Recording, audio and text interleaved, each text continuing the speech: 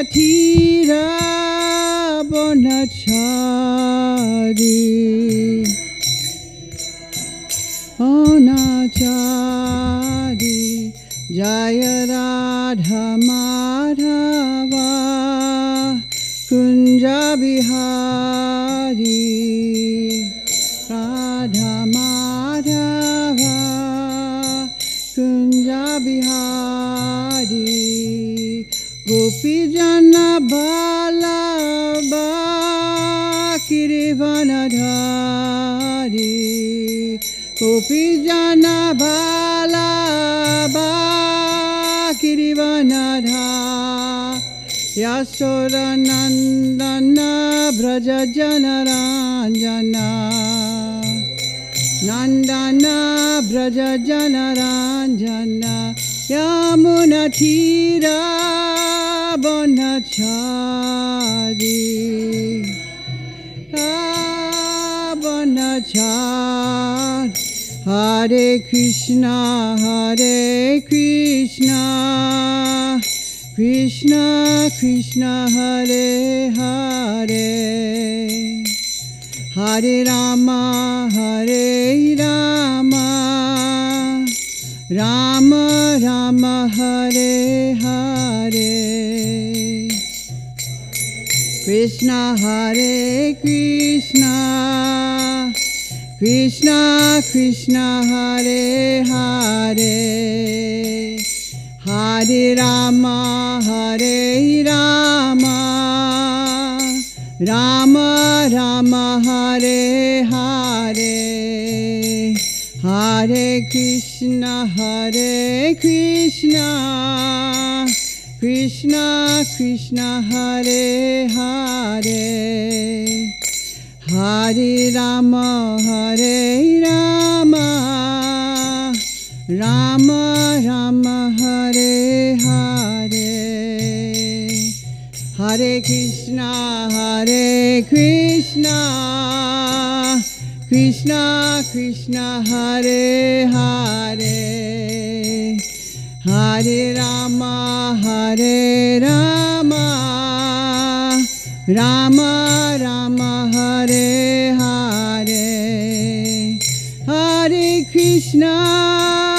Hare Krishna Krishna Krishna Hare Hare Hare Rama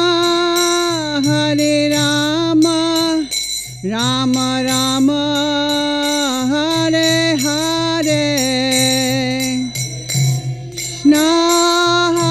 Krishna Krishna Krishna Hare Hare Hare Rama Rama Rama Hare Hare Jaya Prabhupada Prabhupada Srila Prabhupada Jaya Prabhupada Srila Prabhupada Jaya Prabhupada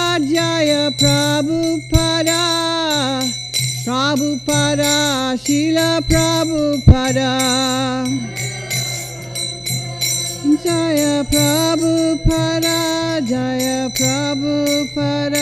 Jaya Prabhupada Srila Prabhupada ki jai.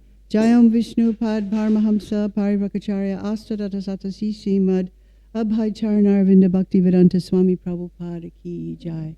Jayam Vishnupad Paramahamsa Parivakacharya Astadata Satasi Srimad Srila Bhaktisiddhanta Saraswati Goswami Maharaj Prabhupada ki jai. Sisi Radha Krishna Gopa Gopinata Shyamakunda Radhakunda Giri Govardhan ki jai. Sri Vrindavan Dham ki jai. Sri Mayapur Dham ki jai. Sri Jagannath Puri Dham ki jai. Tulsi Devi Bhakti Devi ki jai. Sri Harinam Sankirtana ki jai. All glories to the assembled devotees. All glories to the assembled devotees. All glories to the assembled devotees. All glories to Sri Guru and Sri Gauranga. All glories to Srila Prabhupada.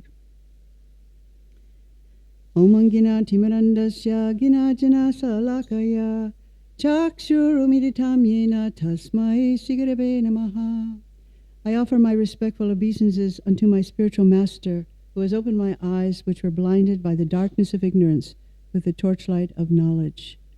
Nasta praeshu abhadreshu nicham bhagavata sevaya bhagavati uttama sloke bhaktir bhavati naistiki. By regularly hearing the Bhagavatam and rendering service unto the pure devotee, all that is troublesome to the heart is practically destroyed, and loving service unto the glorious Lord, who is praised with transcendental songs, is established as an irrevocable fact. Om Namo Bhagavate Vasudevaya.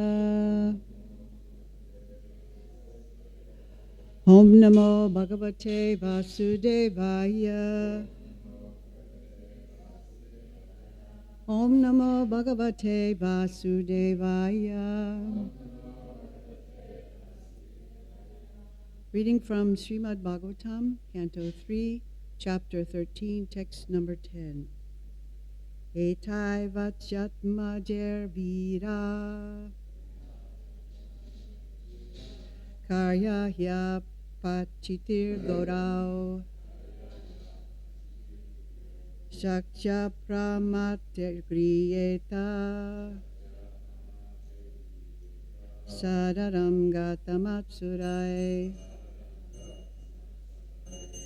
etavachya majervira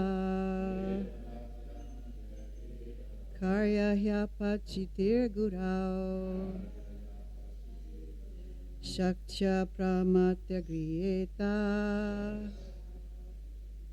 Sararam gatamatsarai. Somebody else? Have a go? Etayat vamatetiyo Karyana pitir gurao Satya pramata gereta Sararam gata matsarai. Etayat mamadeviya Karya hapa chitir gurau Shakya pramate grehita Sararam gata matsarai. Lady?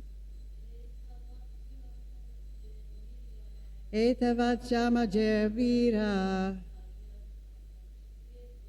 Karya yapa chitir gurau Shakta pramatir griyeta Sararam gatamatsarai. Anybody else? Etavachama jervira Karya pachitir gurau Shakya pramatir griyeta Sararam gata matsarai.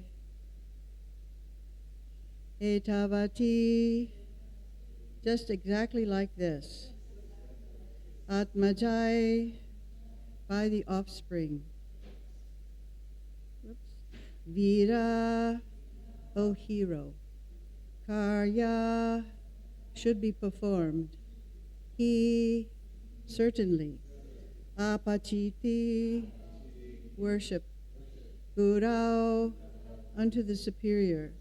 Satya, with full capacity. Apramatai, by the sane.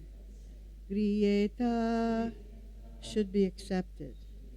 Sadaram, with great delight. Gatamatsarai, by those who are beyond the limit of envy. Translation.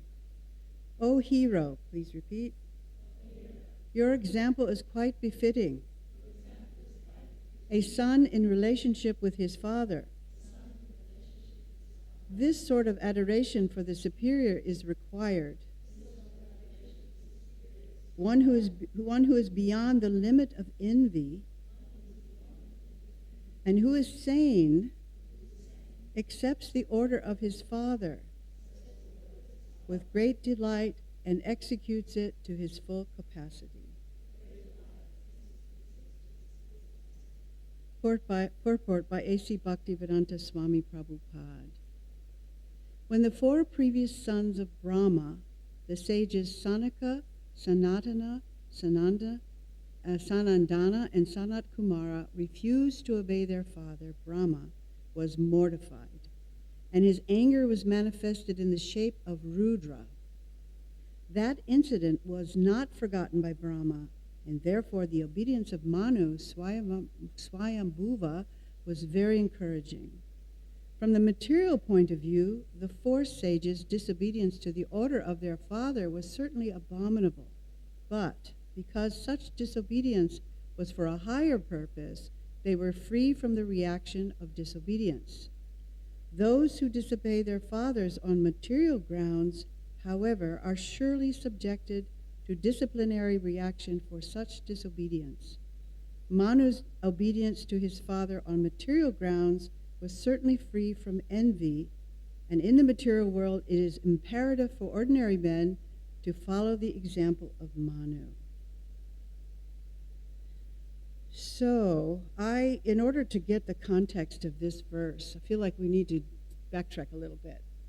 It's really hard to keep track of the story when you're just doing one at a time. So I'm going to do a little review, just a little summary of chapter 11 and 12, just to catch us up the context of who is Manu anyway, and who is Lord Brahma. So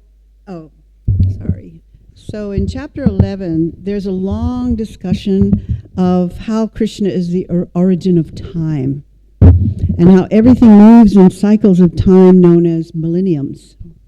Satya, Treta, Dwapara, and Kali Yuga, which we are now in, the age of quarrel, and the duration of all those yugas or time periods equals to about 12,000 years of the demigods. That's not human years, that's demigod years.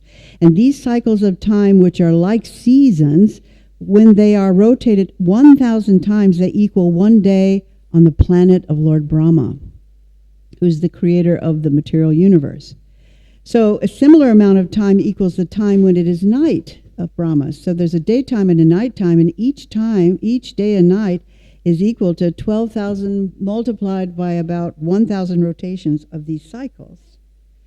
And this is when the whole material creation becomes unmanifest. When Lord Brahma's in his night, the material world kind of dissolves or goes unmanifest. And at the end of Brahma's night, the creation of three worlds begins again, which is considered to be the daytime of Brahma. And in each day of Brahma, a Manu, which is the root of the word mankind, that's where we get the word mankind from the word Manu, takes birth and holds the position of the first man or human being. And each lifespan of Brahma, there are 14 different Manus with different names. So the Manu that's governing this yuga is not the same name as the one that will be next or the one that was before him.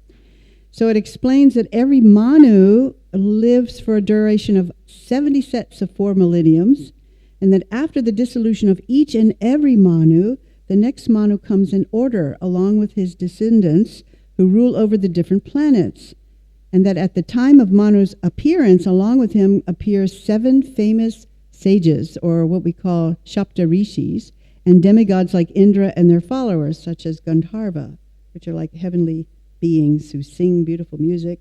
Probably they play harps. But these 7 famous Shapta Rishis, or sages, they're different every time Manu appears. So it's an enormous amount of things that happen at one time. So this is a lot to get your head around. I know. It was a lot for me going through and trying to pull this together. But for our purposes today, we want to be mindful of this discussion of the relationship between Lord Brahma, the creator of the universe, material universe, and his son Manu, who is considered to be the father of mankind. Now, Manu is considered to be the author of something called the Manusmriti, which are the law books of mankind. And these books, or this knowledge, covers topics as one's duties in life, religion, law, and so many other topics that outline how a properly ordered society should be. So then we go into chapter 12, which is the previous chapter to this one. It explains how creation takes place. And it takes us to the context of today's verse. So Maitreya, the sage who's explaining all this information to Vidura, who's kind of taken shelter of him as his guide and spiritual master, he says that it was Lord Brahma who created all the perceptions and activities that keep a soul bound up in the material concept of life and keep them ignorant of the eternal identity as servants of Krishna.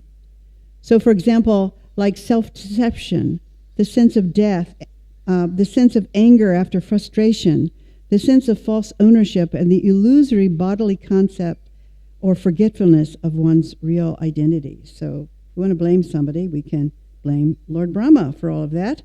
And we can blame him for the way the material creation is specifically crafted to mislead and bewilder the created beings and lead them away from their eternal position as servants of God.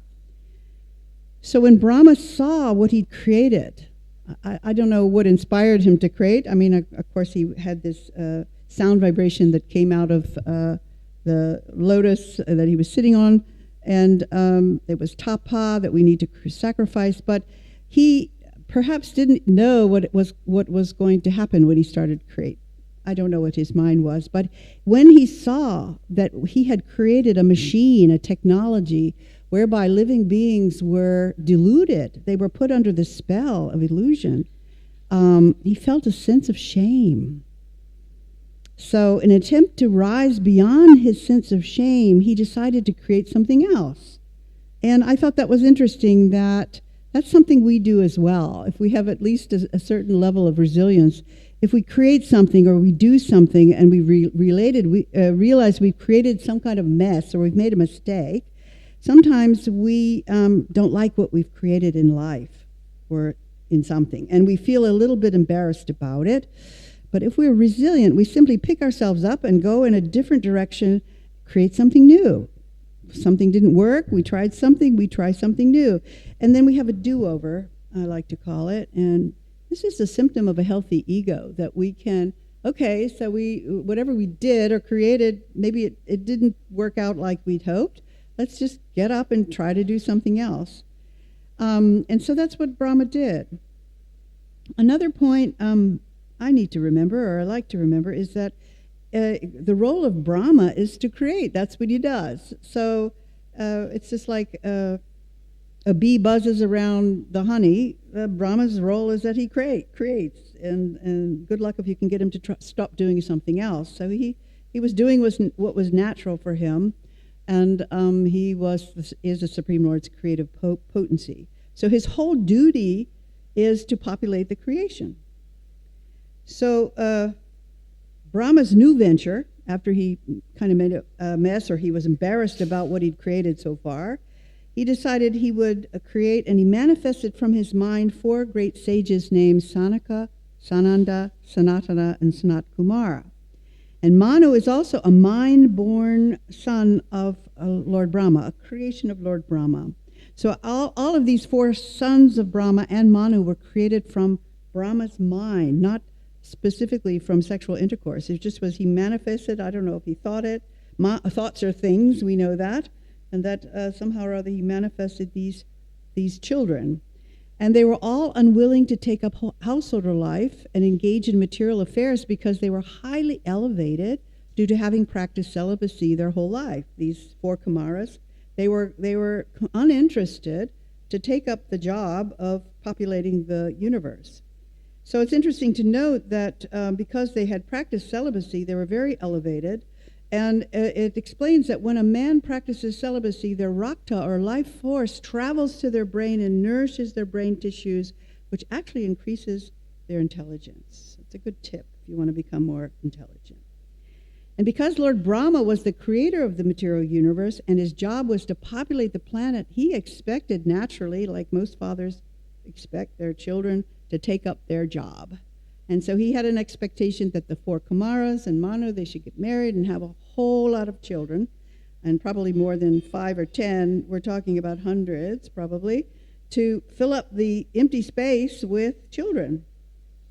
But again, because Lord Brahma's 4 saintly sons were already very attached and in love with the Supreme Personality of Godhead right at the time of birth, which is very unusual, they preferred to make liberation and from material life their goal, and they refused to get married. And this made Brahma angry. And fathers typically get angry when their children don't do what they want. I know my father was pretty angry when I joined the Hare Krishna movement. That was not what he was hoping, that I would go to school and become materially successful and get a job and make money and do all the things that most people think are successful. So he tried very hard. Brahma became very angry, and he tried very hard to control his anger by not expressing it. And that's something we humans also do. We were prone to do. We just like Brahma, we try to artificially suppress or repress our feelings. And his repressed anger began to pop out in unusual ways, and that's what happens to us too. If we do artificially repress our feelings, then the feelings start to pop out in very awkward and inappropriate ways. So, for example, in Lord Brahma, when his anger, got to be so intense, it popped out of his forehead, if you can imagine. And out of this anger came this anger body that had a kind of a color of red and blue mixture, kind of this anger form. And he named this entity, this child, or whatever he was, Rudra, which actually means literally one who has anxiously cried. And then he told him, Rudra, that he should live in the heart, the senses, the air of life, the sky, the fire, the water, the earth, the sun, the moon, and austerity. So Prabhupada comments that before the factual creation of living entities in different varieties of species, the conditions under which a living being in the material world lives were created by Brahma. And that unless a living entity forgets their real identity, it's impossible for them to live in the material conditions of life. So you almost, in order to manage flourishing in this material world, you almost have to forget about who you are and what the ultimate goal of life is. And so the first condition of material existence is forgetfulness of one's true eternal identity. And by forgetting one's real identity, one is sure to be afraid of death, although a pure living soul is deathless and birthless. But if you notice and think about why do we do what we do in this world, so much of it is about struggling to survive. I mean, when you think of as children, what are our parents training us to do? You have to get education. Why do you need education? Well, because if you don't get education, you can't get a job. If you don't get a job, then you don't get money, or you don't get something just to live, to get your eating and sleeping taken care of, to support yourself. Why? Because if you don't, you might die if you don't have food and you don't have shelter. So right from the get-go, we are taught, the whole world is rotating with this notion that we have to struggle to survive.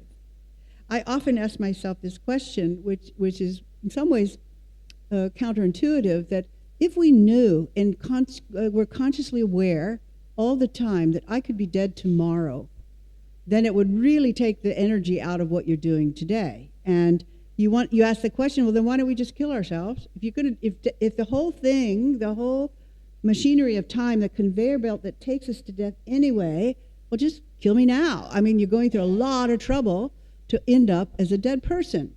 But of course, we know as Hare Krishna devotees or as Vaishnavas, there's a real goal of life. It's not just about struggling. It's about developing love for God and sharing that with others in this lifetime. But generally, if you think in a material way, you're thinking, what's the point? I'm working really hard to get somewhere in this material world, and it just sort of takes me anyway, whether you're wealthy or not wealthy, or whether you're famous or knowledgeable or something, you're going to be dead tomorrow. So it seems kind of strange. It's a strange, most people don't want to think about it. And there's a man named Ernest Becker who wrote a book, The Denial of Death, and he made all the connections at how society in general is basically doing everything they can to avoid thinking about this reality. One man wrote a book called The the worm in the core, in the apple. You're eating an apple and then there's a worm, and that totally spoils everything, your illusion of happy life, because God, this could all end tomorrow, and it will. We just don't know, and it's a matter of time. So Rudra, he created so many children, and his sons and grandchildren, they had more children, and all these children were like color of mixed blue and red, and they were just like Rudra, and they all had really strong and furious nature, and they were anger personified. So here he's multiplying all these kids, and they're just angry beings, wild, angry beings. And as they began to increase in unlimited number, they attempted to devour the entire universe. They were very destructive. Rudra is the power of destruction.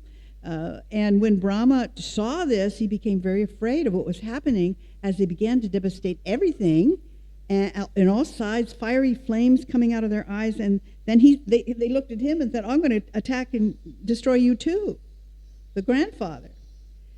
So Brahma tells his son Rudra that there was no need to create any more of these kind of living entities. You've done enough of those. We don't need any more of those kind. And so he should immediately stop creating children, just stop, even though he wanted him to have tons of children. He said, okay, you can stop now. And rather, start performing penance or sacrifices to bring some kind of blessing or benediction to the world, that it would return to its peaceful state, original. So Brahma explains that it is only by penance and performing sacrifice that a person can approach the personality of Godhead, who is within the heart of every living being, and at the same time beyond the reach of our senses. So after taking Brahma's blessings and offering him respects, Rudra goes to the forest to perform austerities, fasting on roots, berries, leaves, sleeping little on the ground, and not engaging in any kind of sense enjoyment. I think he probably joined the Hare Krishna movement.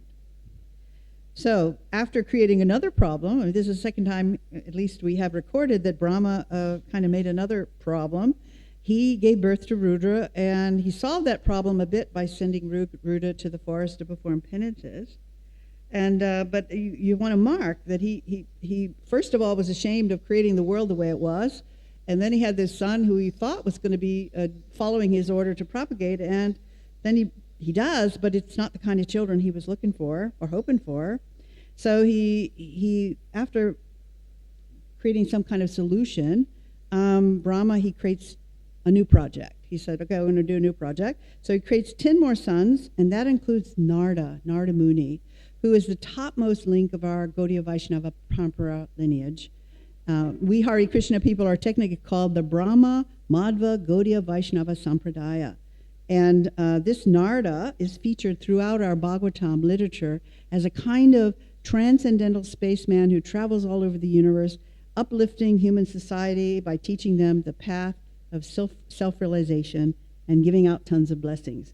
So you will hear all throughout, not just our Vaishnava literature, but in pretty much all Hindu texts, Narada Muni flies in with his veena. He's got this, I don't think we have one in here, but it's kind of like a gourd-shaped instrument with a few strings on it. He's singing and traveling and trying to uplift human society by giving them the knowledge of Krishna. So then Brahma had a daughter. He manifests this daughter named Vak, who was born from his body. I don't know, it doesn't say it was born from his mind, born from his body. It doesn't give a lot of specific details. But then Brahma becomes sexually attracted to her. And although she wasn't sexually attracted to him, he becomes overwhelmed with sex desire. And it's not explicitly said here in the text, but if you think about that going on in today's society, if a man has sex with his daughter, it's considered criminal. It's an incestual act, It doesn't. His sons are pretty disgusted about it, but it doesn't say more about it. What it does say is that when his sons, Brahma's sons, saw that his father Brahma had become so debauched by having sex with his daughter, they approached him to confront him, although they did it respectfully, due to their disgust of his behavior. So this is the theme of chapter 13 that we're moving into, the importance of respecting parents, elders, and people in general, even though their behavior might be disgusting to you or even immoral. This is an important discipline, I think, as devotees we need to consider, that to see beyond a person's external behavior and attitudes and rather perceive their essential self. Just like in the Bhagavad Gita, there's this lovely verse about a Brahmana sees with equal vision a cow, a dog, a doggy, or a stone. And, as a professional chaplain myself, going in and out of people's rooms that I don't know, who have all kinds of horrible diseases and smells and presenting issues, that's been a real practice to be able to enter into their space, enter into their life without judgment, without, bringing in that relationship, a lot of judgment and the tendency to want to moralize and criticize and correct them. So I think this is instructive because even though Brahma's sons were disgusted, pretty disgusted, they approached him with a mood of respect. And so what they say to him is this, just kind of a paraphrase. "Oh, Father, this act which you have engaged in, which is complicating your life, has never been attempted by any other Brahma." Brahma is a position, a creator position. And or by anyone else in a previous kalpa age, nor will anyone dare to attempt it in the future. So what Brahma did was extremely unusual. You are the supreme being in the universe, in the material universe. So how is it that you want to have sex with your daughter and cannot control your desire? Even though you are the most powerful being, this is not an appropriate way for you as to behave, because people in general are looking to you to set an example of what it means to be an upstanding moral person. So after Brahma heard his sons greatly and respectfully confront him with their feelings about this incestual action, again, Brahma feels ashamed. It's the third time he's now feeling ashamed. He's made a mistake. Interesting that he was so overwhelmed he didn't even consider this might not be appropriate action. He was just acting on impulse. And so he felt ashamed and gave up his original body. And you'll hear a lot about this kind of thing of giving up one's mental body, giving up one's body, and he transformed himself into what's described as a dangerous fog that appeared in all directions. So I find this also really interesting because, like most human beings, when Brahma embarrassed himself in front of his children, he transformed himself and disappeared himself. He just became a fog, like, you don't see me. You had like an invisible curtain, or don't see me. That's what we feel like, right? When you've kind of made a boo-boo or you've embarrassed yourself, you want to disappear. And so this is how he did it. He just kind of merged into some fog so people couldn't really see him. So we see how Brahma is living with an enormous amount of shame. From the story begins, he's not doing very well. And first, because he created the material universe in a way that deluded humankind into forgetting their true spiritual identity. Then he felt ashamed that he created this child, Rudra, from his eyebrows, whose body was made of anger and rage, who started to destroy the world and wanted to destroy him. And now we see Brahma feeling ashamed because his sons reprimanded him after sexually abusing their sister. So there's a whole lot more to this story, but it turns out that Brahma, after making a fool of himself, turns into another direction and keeps on creating things, because that's what he does. He's a creator. And he decides to do something more pious. He's like, well, these are not, the creations I'm making are only getting me into trouble, so let me try to do something a little more pious. So he started to create religious principles like truth and austerity, mercy and cleanliness. And then he creates the paraphernalia and rituals to perform various purifying sacrifices in order to uplift and maintain the purity of humankind. So I thought that was a really good strategy because, his first mistake shame was that he created a world or a technology to bring people down into gross bodily existence. And now it was a good move to think, okay, I made a mistake. I want to clean it up. I'm going to do something opposite. I'm going to try to do something to elevate human beings rather than degrade them. So he established these 4 social orders that we know as Varna and Ashrama. The caste system is kind of the perverted version of Varna Ashrama, but it's based on the principle that you have society has by nature different stages in life, but also if you look deeply into people's characters, you're going to see people have different personality types. They have different preferences. They have different ways of doing things. And so he organized life that if you were this kind of person, a person who was, like Irmela was talking about, if you were at some of her classes about, well, people who are just really can absorb themselves in thinking and creating ideas, writing books and learning, that's one type of person, one element. We have that in professors and priests or clergy people. They're absorbed in studying scripture, and then you have those folks who are more into managing and military and perhaps managing an organization, and you have then the folks who are Vaishyas, who are like the stomach of society. They're creating food and resources to supply the rest of the society, and then you have the artisans and the people who are assisting everybody else and creating beautiful art things to decorate what's been created. He created the fifth Veda, the Puranas and the histories, and human, and we are particularly interested in studying the Bhagavat Purana, which is the Srimad Bhagavatam, because it's an ancient text of stories of people who became enlightened. Generally, they're people who have made it in life. They're wealthy, they're kings, they're royalty. They don't have any problem struggling to survive, but they're dissatisfied. So somehow or other, something happens in their life, and they discover either Narada Muni or some sage flies in and enlightens them, and so they take to the path of bhakti yoga or devotional service.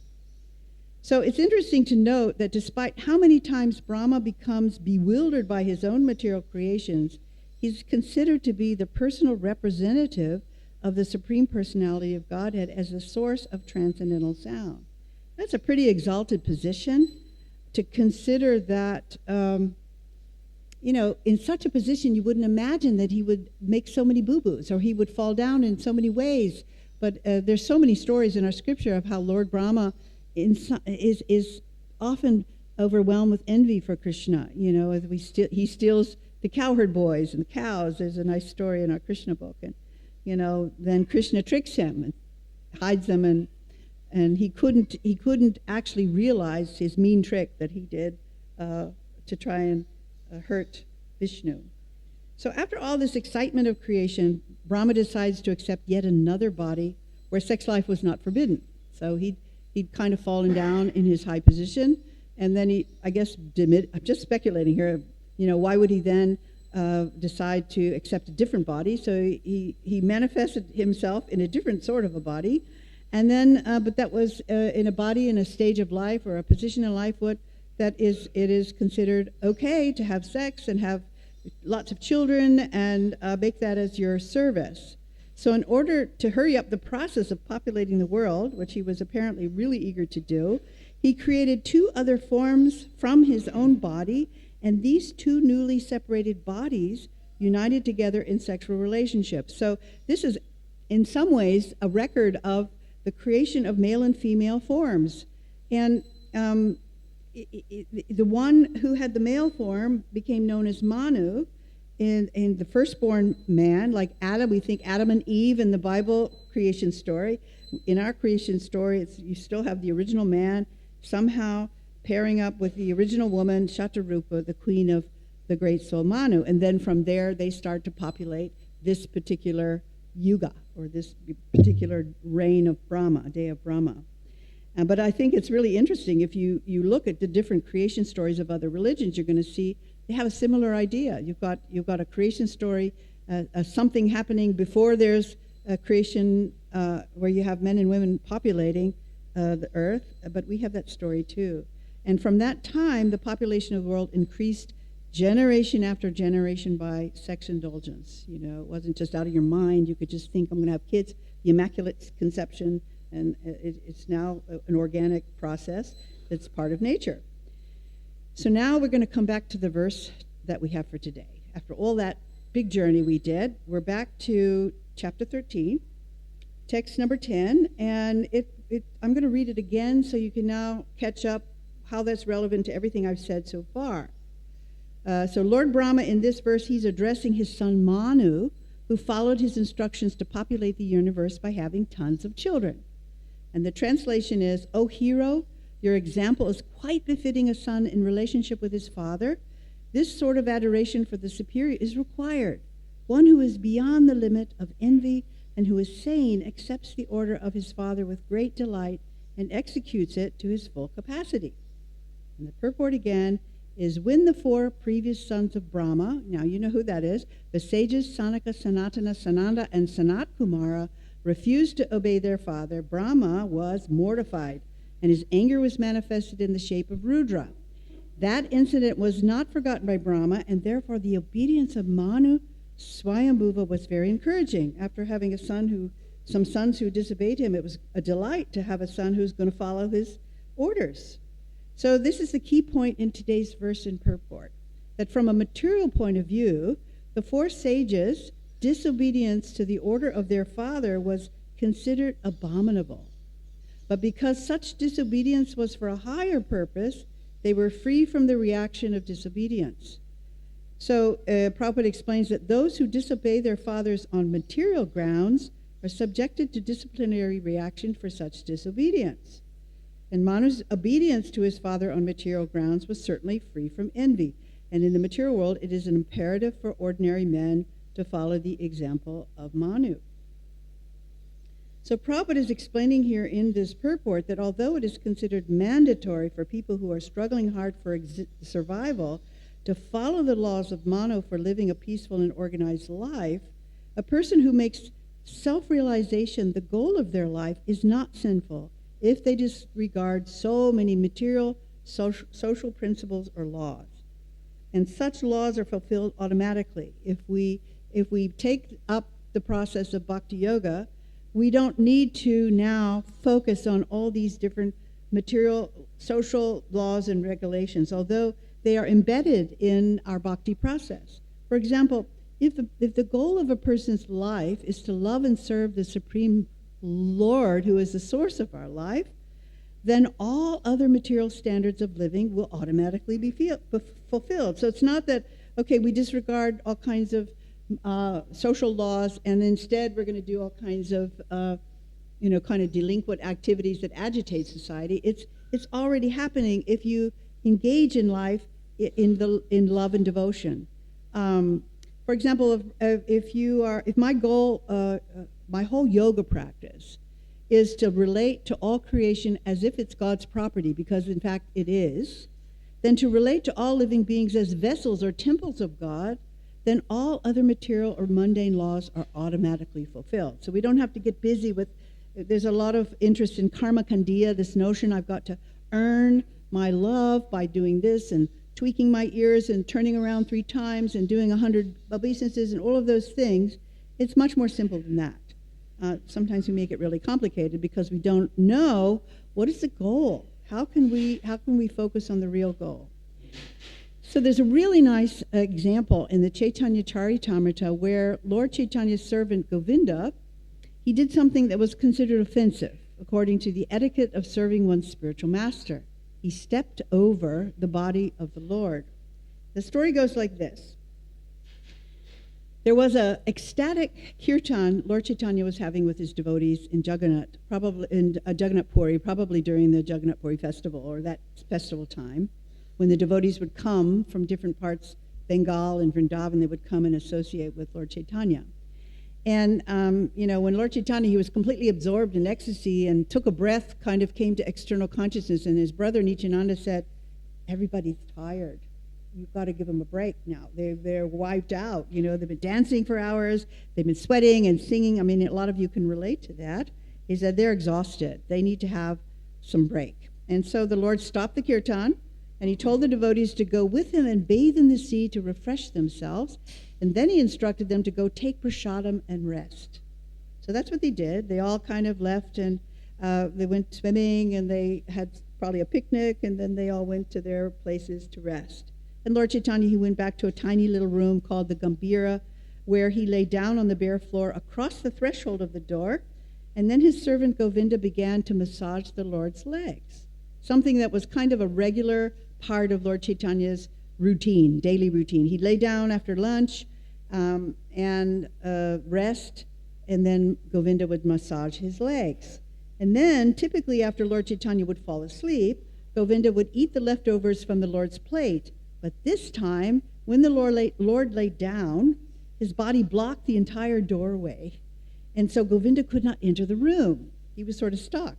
And therefore, he asked the Lord to kindly turn on one side so he could enter the room without stepping over him, which is considered an offense. But the Lord then said, I don't have the strength to move my body. So Govinda asked the Lord again and again, but the Lord replied every time, I cannot move my body. So Govinda repeatedly asked the Lord to move, saying he wanted to massage his legs. So then the Lord, I guess in annoyance, it sounded like he must have been fed up by his asking him and pestering him. He said, do it or don't do it. It depends on your mind. Just do whatever you like. Just leave me alone. He didn't say that, but his mood was, you pestering me. I'm tired. I'm trying to take a nap. Just do whatever. Massage myself or not. I don't care. I just want to take a nap. So in other words, the Lord was indifferent whether Govinda massaged his legs or not.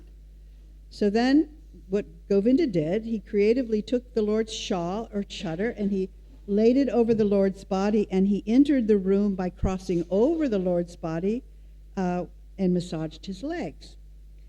Then while he was massaging, after about 45 minutes, Lord Caitanya wakes up. Suddenly he wakes up, and he sees Govinda's still there by his side. He's sitting there, and Lord Chaitanya's a bit angry, and he says, why have you been sitting here for so long today? Why didn't you go take your meal after I fell asleep? He's sitting there for 45 minutes.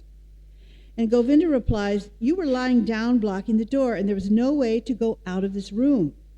And then the Lord asked him, well, how did you enter the room? Why didn't you go out to take your lunch the same way you entered the room? What's the problem? And Govinda said, well, my duty is to serve, even if I have to commit offenses or go to hell. I would not mind committing hundreds and thousands of offenses for the service of the Lord, but I greatly fear committing even a glimpse of an offense for my own self-gratification. So there's so many other stories. If you read our books, in our text about the devotees of the Lord who disobey their fathers or even their teachers, like we have the example of Prahlad Maharaj that we sing, Namaste Narasringhai. At the end of Arti, we sing this nice prayer. And this is glorifying Prahlad Maharaj, or Nishingadev, but this pastime, where Prahlad Maharaj is a 5-year-old boy. He disobeys his father's instruction to learn, mundane, materialistic education. And he would stand on the desk when the teachers would go out of the room, and he'd teach his friends to chant. And his father became so angry that he tried to kill him in so many ways. But we worship him as an example of somebody who has the bravery and courage to go against society, social norms, to spread the message of a person's true identity and the goal of life. We also have the story of Bali Maharaj, who rejected his spiritual master because he realized his spiritual master was not a pure devotee, and the Lord was more or less inclined.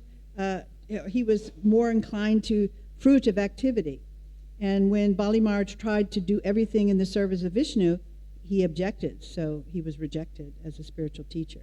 So I'm going to stop here a minute because we have a few minutes. I wonder if anybody has any other stories to share about when a devotee in any of our texts have resisted conventional norms, social norms, in order to actually follow the path of bhakti. I know lots of you who joined the movement probably have a story to tell about your parents, how you jumped out. Yeah, any stories you want to tell? Reflections? Nobody has a story? Can't think of any? What about the gopis who, there was this, putting the dust of their feet on Krishna's had a headache? That's another story. You shouldn't put the dust of your feet on Krishna's head, but Krishna said, the only thing that's going to fix my headache is if I have the dust of the gopis' feet on my head. And everybody go, no, we can't do that because we'll go to hell if we do that. And the gopis said, we will do it and be prepared to go to hell just to satisfy your headache. Any other? Nope, nobody has a story. Oh, yeah, there you go. Yeah, right. Good. I think if you look through these books, and of course me doing this class forced me to really dig. This is the beauty of doing class because you have to learn so much yourself. It's just such a real pleasure. but you read it with new eyes and you dig out all these things that you don't see otherwise. But I bet if you read again, you're going to find all the ways people had courage to go against material norms and start to try and align themselves with the Lord who's in their heart, in the hearts of all others. Any reflections or questions or comments? Yeah. Hare Krishna Mataji, thank you very much for a wonderful class. I have a question. So when Lord Brahma have been sexually attracted to his daughters, and he created austerities, and he created Vanashram where sexual life is allowed. Mm-hmm. I have heard many devotees quoting or referring to something I'm not specifically now, but saying that sexual life is allowed only for the purpose of creating a devotee. So that seems to be conflicting to me. Can you please help me to understand? Oh, this is a real hot topic. And you're going to get different answers depending on who you ask. Well, there's this notion in order to regulate human society that if you're going to have sex, you need to have sex within a committed relationship in marriage, okay? If that's not there, what happens is society becomes extremely agitated. Everybody's looking at everybody as a sex object, which is very uncomfortable. You're walking around and everybody's just like animals. You're always sniffing around to see who can I enjoy. And so it's very difficult to practice spiritual life if everybody's doing that, you know? So to pursue the goal of life, pretty much in every tradition, regulating one's sex life in a marriage for the purposes of family life is considered a pious or an appropriate way to live. So I forget what you're asking. What about that is confusing? So I understand that sex is limited in a family life, and that's. But some people believe that sex is appropriate as long as it is within the family life and its expression of love. Other people saying that you're not allowed to have sex within family unless you have specific intention of making a child. Yeah. This is a very high standard that Srila Prabhupada, he encouraged us to follow, is this notion that the consciousness of the parents at the moment of sex life enters the womb. It's a very responsible thing to have children. It's not just about, sitting in the back of a car while you're watching a movie and now you're having sex while you're drunk, And it's a very responsible thing because when you have children, when you create children, they're the future of the society. And so a responsible person who wants to do everything pleasing or for the uplift of human society, then having sex life that is not contradictory to religious principles is considered a pious activity. You're praying. I don't know how much you know about conceiving children, but Prabhupada taught us that before we conceive a child, there's a whole, Govardhana Sanskara ritual. There's a chanting of at least 50 rounds before that. There's an intentional prayer. Dear Krishna, send us a living entity that will be a benefit to human society. So in this way, having children is a contribution to the evolution, spiritual evolution of the world. And many of our children who've been born in this movement are incredibly wise and intelligent when they take birth. They're just like from the time they're 2, they love to chant, they just swim in it, where it was different for us. The other piece is that some people, they can't follow that, or maybe they don't want children. But then you're getting involved in contraception and abortion and that kind of thing, which goes on. I don't know what's going on in people's bedrooms. It's none of my business. But I do know that in Hindu tradition, there's plenty of abortion going on. In fact, there is also, I was shocked to know that in villages, because of the dowry, people have to, if you have daughters, you've got to pay this dowry. Very, very often, this happens even today, that if a girl baby is born, they will take it to the shaman of the village and he will poison it, and they'll just say it died in childbirth because they can't bear the burden of having to support a girl. And when I was living in India, I was surprised to, in talking with a sociologist, Indian sociologist, that the abortion was so high in number, killing girl babies because they're considered to not be productive, and they don't make money, and they're a burden, that they were frightened that in another 20 years there would not be enough women to marry, because if you're killing them like that, then the men who want to marry won't have anybody enough to marry. So your question is very personal. We have a high standard.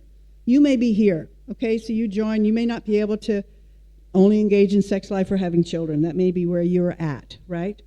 But we need to know where we're trying to get in terms of becoming free from our impulsive nature, right?